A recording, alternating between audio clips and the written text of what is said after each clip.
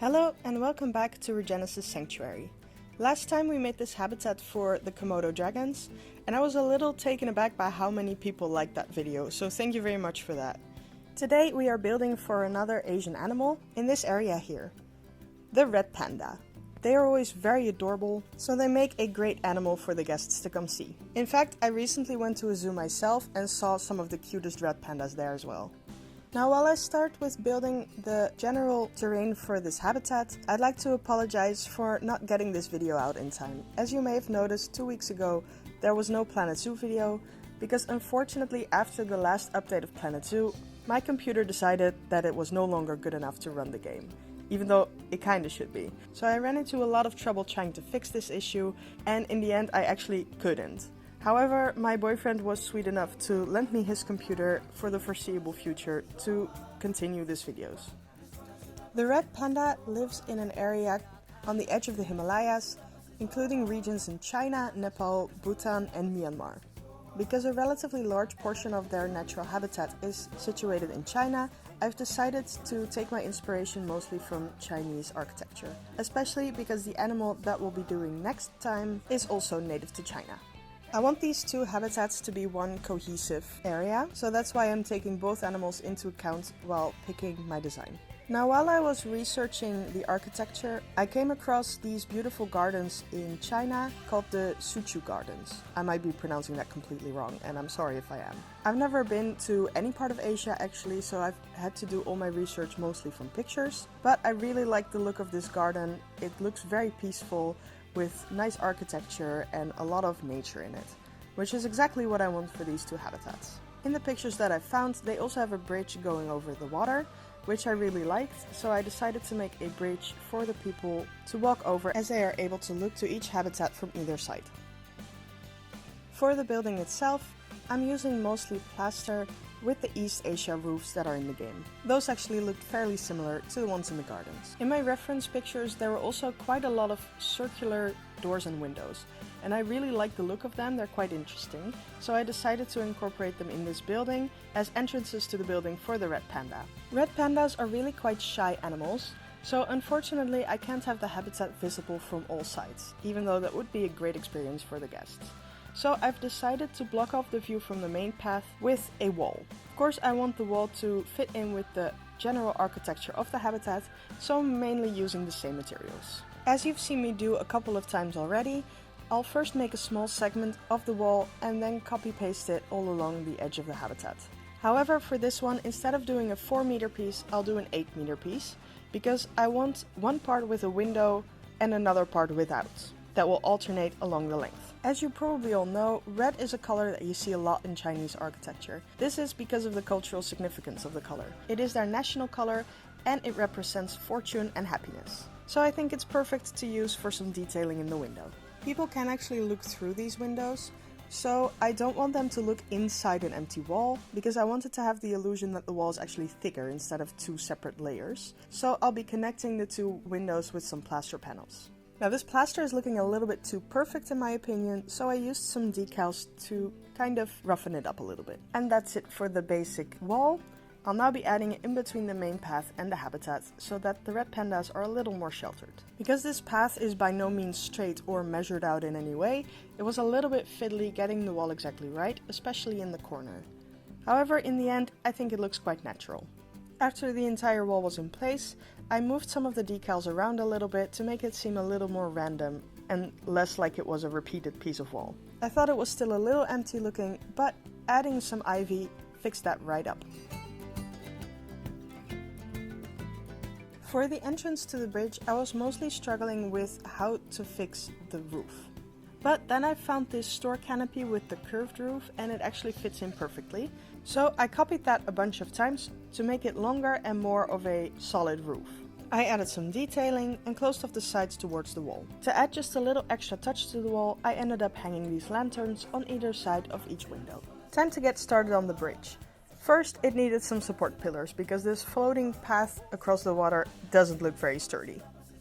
I used these stone pillars for that and also bordered the path with them. Now I kind of wanted to go for this classic look with a roof above the bridge. This roof of course needed to be held up by pillars.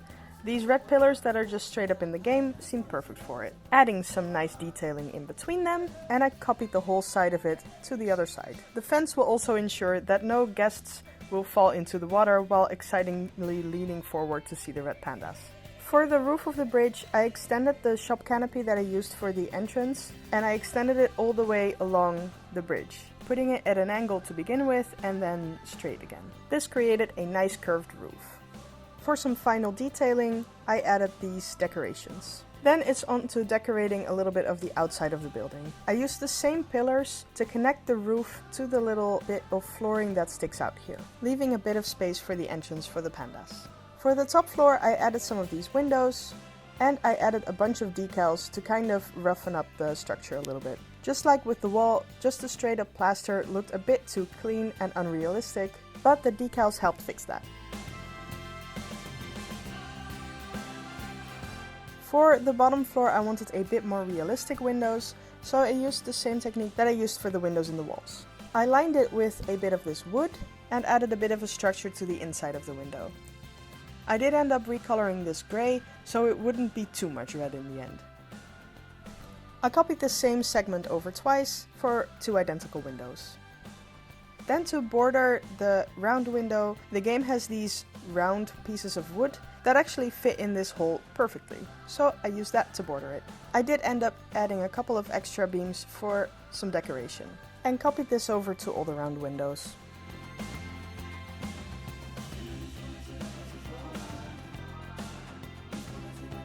Then it was time to make sure the red pandas could actually reach these windows. For that, I used the climbing platforms to create a pathway towards the top entrance. Now, I am well aware that by doing this and making sure they can use this, they can very easily escape by climbing on top of the rest of the roof, but I'll be fixing that later. Red pandas love to climb, and as I said before, they are pretty shy as well, so in real life they prefer to hang out higher than the guests. So I wanted to make sure they had plenty of opportunity to do that. By creating these higher platforms, they can be higher than the guests and at eye level at the guests while not being too close, but being very visible nonetheless. To create a viewing gallery on the inside of the building, I used one-way glass, once again because they are quite shy animals, and the visitors can actually come up pretty closely here. So the one-way glass will prevent them from bothering the red pandas too much. To prevent people from tapping on the glass, I put this extra little fence down for a little bit more distance. I added some more windows to the side of the building and a border to separate the 2 floors. In the back, I created this little hallway for the keepers to reach the shelter area of the habitat. Because this building will be shared by the 2 habitats and it does have a little bit of extra space, I decided to put a small little keeper hut here and a source of electricity to make it function a little more efficiently. Where I put them right now, it did end up to be a little bit too close for the guest path, so they would have negative influence for it, so I do end up moving it to the other side of the staff path. Over on this side of the building, quite a bit of the floor was sticking out, so I decided to make the roof stick out as well for a little overhang area. I extended the pillars as well. Then I used some more climbing platforms to make the entrance on the bottom floor for the pandas. Of course, all of these platforms do need to be properly supported, so that's what these wood beams are for. When red pandas are being kept for breeding in zoos, it is recommended that nesting boxes are added to the habitat. The mother will keep the babies in these nesting boxes for safekeeping, and it will just make the whole experience less stressful for both the mother and the babies. To create these nesting boxes, I mostly used these Asian wood planks, and I basically just made a box out of them with an opening on top. I added some hinges so that the top could potentially be closed by a keeper if necessary. I wanted to put in some form of straw bedding, but of course the actual bedding pieces were way too big, but I ended up finding these oceanic skirt panels, which are actually perfect for it. It is basically straw and they're quite small, so just layering a couple of these on top of each other creates the perfect illusion of some nest bedding. Because the females do sometimes like to move the babies from nest to nest, it is recommended to add several of these throughout the habitats in different locations and different heights. It is also recommended to have a variation of sizes available. Now that last part I'm not going to do because I just made this one template that I copied around. After they were in place, I added a bunch of climbing platforms to make a nice little obstacle course for the red pandas to climb all over, making sure that each one of these nesting boxes would be reachable by the pandas. Now in game they won't actually use them because they're too big to actually get inside of them, but that's okay. I added some bedding to some of the platforms so they can have a choice of different heights to sleep at. Now I've only seen them use the bedding material that's actually on the floor so far, and I'm not sure if they will actually use the stuff that is higher up, but at least it looks like it's available. I have seen them use most of the climbing materials, so that's at least great. And as you can see, the guests will have a perfect view from inside here. Now, the keepers can't actually get outside through the same openings that the red pandas can, so in this little hallway I made an extra door for the keepers to pass. Both the door to the shelter area and the door to outside need to be open because the keepers cannot cross closed doors. You need to open them up or else they'll just work like any construction piece and the keepers cannot pass them. Speaking of doors, I added these doors to the main entrance of the building. To make sure that the back of the habitat is sealed off, I added this little wall and added some decoration to it to make it fit in with the rest of the building. As I said, this pathway to the top floor entrance for the red pandas is a recipe for escape. So I'm gonna remedy that by adding some fences in between these wooden poles. I'll be using the European flagpole for that mostly, and I really just added a bunch of these in line with each other to create a fence. Because this would in no way, shape or form stop the red pandas in real life from escaping, I added a little bit of hot wire to the outside of it. To make the hot wire, I used these brackets and the new string that's in the game. Now in hindsight, I'm not sure if the placement of this hot wire makes perfect sense, but it's more for the idea anyway. Underneath the little overhang area, I put some benches, which are really just for show because no one's going to be sitting here. And I added some decorative baskets and fans on the wall.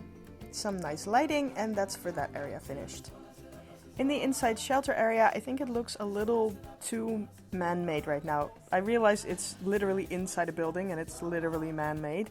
However, I think it needs some sort of plants. So I basically just put a bunch of ivy on the walls and I think that really helped. The hallway where the people can look at the red pandas also needed some more going on. So in this little empty piece of wall, I decided to make a cabinet with just a bunch of random decorative items and a screen for education. To make it, I used some of the Asian wood, and actually it's kind of funny because the design for this cabinet is actually very similar to the one I made for my own living room. It's probably roughly the same size and it has the same general layout. But you know, why not steal from your own designs every once in a while? Doesn't hurt. I did add an extra frame around the screen because just an empty screen on the wall kind of feels very empty. I did end up taking the screen and the wooden frame for it and copying it over twice more on the other wall. Now it looks a bit silly for education now because it's 3 of the same pictures right next to each other, but I'll be swapping them out for my own pictures that I'll make in a bit, and then it won't look as out of place anymore. For some more education, I also added one of those speakers. This door here is a little boring so far, and of course on the other side of the door there isn't anything yet, but there will be next time. So it needs a little bit of decoration as well. Then for this wall that reaches all the way to the ceiling, I just put some wood paneling on there and then I used these decorative panels in place of a large mural. I had never used these before actually, and I didn't realize that they all lined up to make one picture, so it took a little bit of puzzling, but I figured it out. I am old enough to figure out a 4-piece puzzle. Now what I'm building here might seem a little bit weird because it's not exactly part of the original habitat. It is the part behind there. It's kind of in between the parking lots and the habitat itself. Now, as I said a couple times before, red pandas are very shy. And when a female has cubs, she becomes even more intolerant to people. So, for this area here, I wanted to use it to make a sort of separate habitat that the female and the cubs could be in for the first 2 or 3 months of their lives. This would greatly reduce stress in real life. Now, I'm not actually making this a functional habitat in the game, and that has a couple reasons. First of all, I just like them together as a group more, and besides, the cubs in the game come out halfway through their growth anyway, so I can believe that they have spent their first 2 or 3 months in the other habitat and now are the size where they're big enough to go to the other habitat again. Now it was time to do some of the terrain painting for the habitat. I mostly layered some soil, both light and heavy soil, and some short grass on top of each other, with some rock on the bottom of the pond. I also did the exact same thing for the second habitat. I'm really liking the ivy in and around this habitat, so I added some more to the inside of the wall. To border a couple of spots of the water, I added some reeds and I added some water lilies. Then I wanted to experiment a little bit with some bushes. I really like these cowberry bushes and I added a couple of ferns as well. Because the red pandas live in Asia and a lot of bamboo grows in the area where they are found, I added a bunch of bamboo, mostly along the back side of the habitat towards the entrance building. I kind of used this to cover up the entrance building a little bit, so it wouldn't be too much of a prominent feature in the habitat. I added a couple of big trees and some more smaller ones, because they live in a very foresty area and like to use the trees to climb in. Then I spent all of these cowberry bushes around everywhere.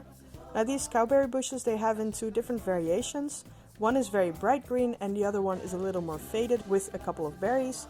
And I tried mixing those together for a bit of a more varied look.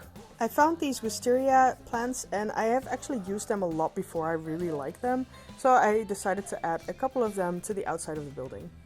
Because of the amount of trees in this habitat, I thought it made sense to add a bunch of leaf litter, and I tried using the tropical one because I actually like the colors of that better. They're a bit more muted. However, red pandas don't live in a tropical area and the game does not agree with you using tropical plants, so I went back to the other ones that are way brighter, but at least don't upset the red pandas. I kind of completely forgot about rocks at this point, but I decided to go back and add a couple of rock formations here and there. I think it really does make the habitat look a lot better. I also still needed to add some enrichment, and I added an arboreal feeding platform. As I mentioned earlier, I also added some more nesting boxes to the trees. They're kind of high up, but I think the pandas would enjoy that. Because this building has a little bit of a staff area behind back, I added a bunch of decoration for that as well, like these tool hooks, some containers which I think would contain food, a wheelbarrow, and some other things that you might need taking care of these animals.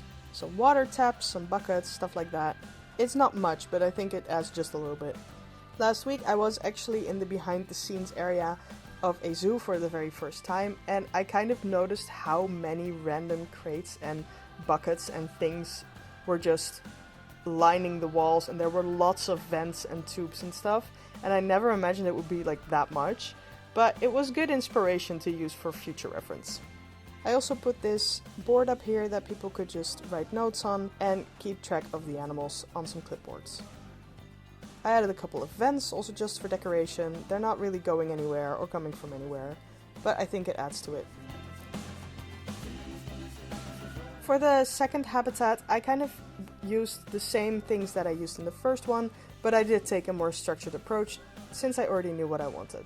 So I started off with the rocks and then worked my way up from there. So then I added the bushes, the leaves, and some trees to finish it off.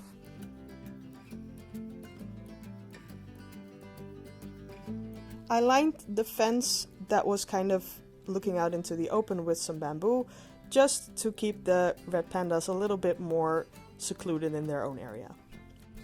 Because this habitat is of course meant for the female panda and her young, it did need some nesting boxes as well. And with that, the habitats are finished. People can walk over this little bridge and have a great view from the pandas from here, and then they can continue into this building to look at them from the inside. They are running around on the coast of the pond a lot and on the climbing material, so they're usually in great view for the guests.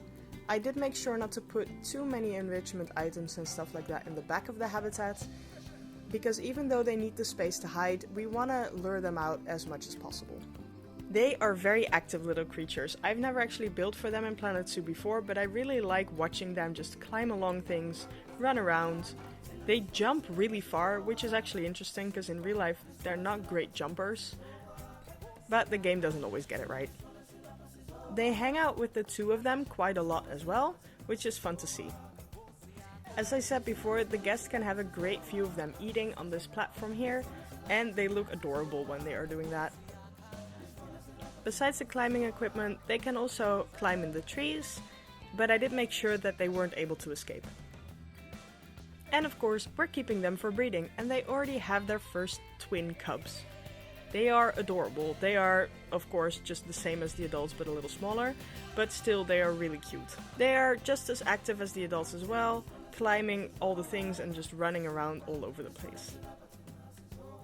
Now, despite all the technical difficulties that happened while making this episode, I'm really glad with how it turned out, and I hope you all enjoyed watching it.